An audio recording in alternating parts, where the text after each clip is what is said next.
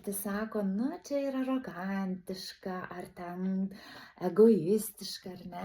Bet tikrasis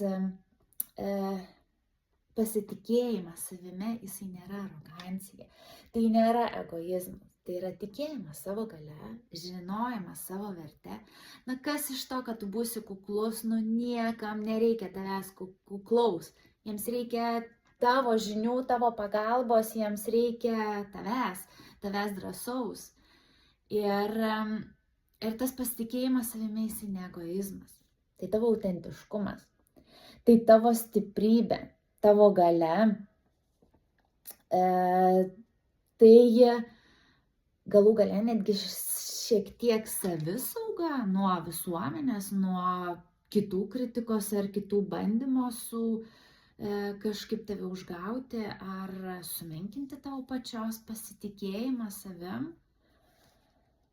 Ir tai aiškumas, kas jūs esate pats sau. Tai tikroji galia ir savęs pačio palaikymas. Ir palaiko jūs ne tie, kas jūs pažįsta, bet palaiko tie, kas jumis pasitikė. Kam jūs esate reikalingi?